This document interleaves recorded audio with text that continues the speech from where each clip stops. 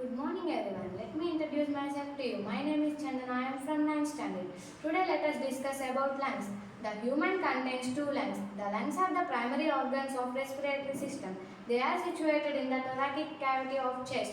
The human contains two lungs and the right lung is bigger than the left. The right lung contains three lobes and the left lung contains two lobes.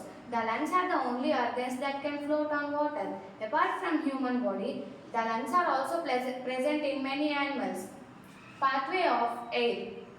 Nostril is sending the air into nasal cavity. Nasal cavity contains hair-like structure that remove the tiny dust particles from the air. After that, nasal cavity sending the air into pharynx. Pharynx is sending into trachea. Trachea contains two parts called bronchi. Bronchi passes through lungs. In lungs, the branches-like structures called bronchioles.